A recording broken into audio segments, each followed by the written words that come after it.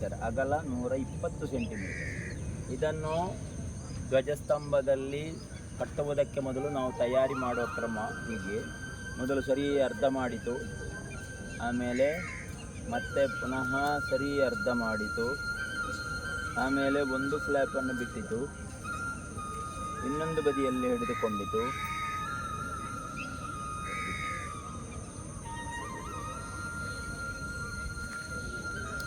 ಗಟ್ಟಿಯಾಗಿಟ್ಕೊಳ್ಳಿ.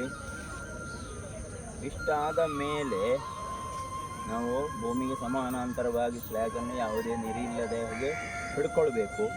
ಟೋಗಲ್ ಮೇಲಿನ ಬದಿಯಲ್ಲಿರಬೇಕು. ಆಮೇಲೆ ಮಡಚುವುದು ಹೇಗೆ ಅಂತ ನೋಡೋಣ.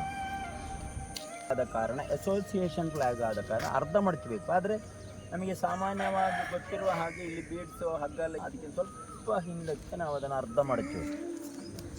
ಅರ್ಧ ಮಡಚಿದ ಮೇಲೆ ಎಲ್ಲ ಸರಿ ಮಾಡಿಕೊಂಡು ಯೂನಿಟ್ ಫ್ಲ್ಯಾಗಿನ ಹಾಗೆ ಇದನ್ನು ಜಿಗ್ಜ್ಯಾಗ್ ಫೋಲ್ಡಿಂಗ್ ಮಾಡಿ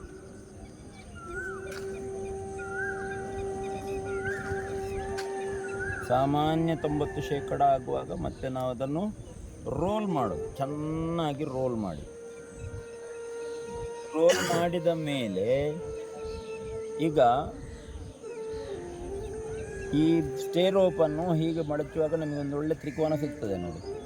ಮಾತ್ರ ಅಲ್ಲ, ನಮ್ಮ ಧ್ವಜಸ್ತಂಭದಲ್ಲಿ ನಮ್ಮ ಧ್ವಜವು ನೇರ ನಿಲ್ಲಬೇಕು.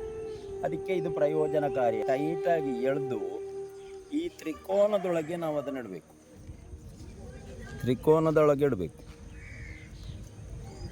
ಆಗ ತ್ರಿಕೋನದೊಳಗೆ ಹಾಕಿದ್ದು ಟೈಟ್ ಆಗಲಿಲ್ಲ ಅಂತ ಇದ್ದರೆ ಅದರ ಒಳಗಿನಿಂದ ನಮಗೆ ಎಳೆದು ತೆಗಿಲಿಕ್ಕಾಗ್ತದೆ ನೋಡಿ.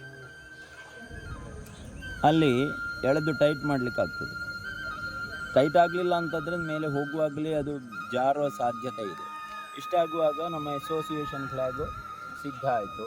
ಇನ್ನು ನಾವು ಇಲ್ಲಿ ಬಂದು ಧ್ವಜಸ್ತಂಭದ ಬಲಬದಿಯಲ್ಲಿ ಧ್ವಜ ಹಾರಬೇಕು ಎನ್ನುವುದು ನಿಯಮ. ಆದ್ದರಿಂದ ಈ ಹ್ಯಾಲಿಯಾರ್ಡ್ನ ಬಲಬದಿಯಲ್ಲಿರುವ ಭಾಗದಲ್ಲಿ ಒಂದು ಬೋಲೈನ್ ಮಾಡಿಕೊಳ್ಬೇಕು. ಚಿಕ್ಕ ಬೋಲೈನನ್ನು ಮಾಡಿಕೊಂಡ ಮೇಲೆ ಒಂದು ಚಿಕ್ಕ ಬೋಲೈನ್ ಮಾಡಬೇಕು.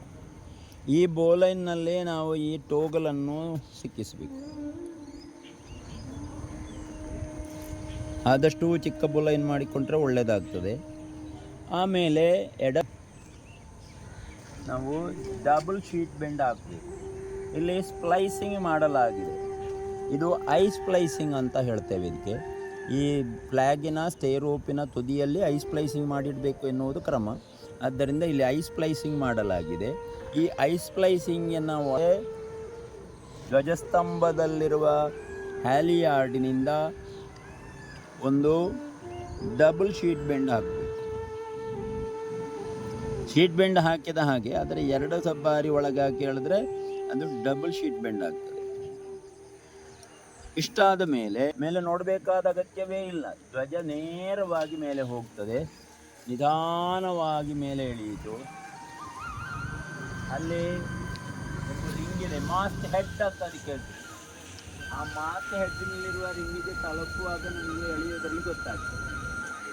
ಅಷ್ಟಾದ ಕೂಡಲೇ ಟೈಟ್ ಆಗ್ತದೆ. ಆ ಟೈಟ್ ಆದ ಕೂಡಲೇ ಈಗ ಇದು ಸ್ಟೇ ರೋಪ್ ಆಗಿ ಬದಲಾಯಿತು. ಹ್ಯಾಲಿಯಾರ್ಡ್ನ ಈ ಭಾಗ ಅಲ್ಲಿ ನೋಡಿ 2 ಹಾಫ್ ಹಿಚ್ ಹಾಕಿದರೆ ಒಂದು ಕ್ಲವ್ ಹಿಚ್ ಆಗ್ತದೆ. ಹಾಗೆ ಟೈಟಾಗಿ ಇಲ್ಲಿ ಕ್ಲವ್ ಹಿಚ್ ಹಾಕುವುದಕ್ಕೆ ಬೇಕಾಗಿ ನಾವು ಹೀಗೆ ತಿರುಗಿಸಿ ಈಗ ಕ್ಲವ್ ಹಿಚ್ ಆಯಿತು. ಇನ್ನೀಗ ಈ ಹ್ಯಾಲಿಯಾರ್ಡ್ನಲ್ಲಿ ಒಂದು ಭಾಗ ಸ್ಟೇ ರೋಪ್ ಆಗಿ ಇನ್ನೊಂದು ಹ್ಯಾಲಿಯಾರ್ಡ್ ಆಗಿ ಬದಲಾಯಿತು. ಆಗ ಹ್ಯಾಲಿಯಾರ್ಡ್ನ ಒಂದು ಬದಿಯನ್ನು ನಾವು ಸ್ವಲ್ಪ ಲೂಸ್ ಬಿಟ್ಟು 8 ಆಕೃತಿಯಲ್ಲಿ ಸುತ್ತುತ್ತಾ ಹೋಗ್ತೇವೆ.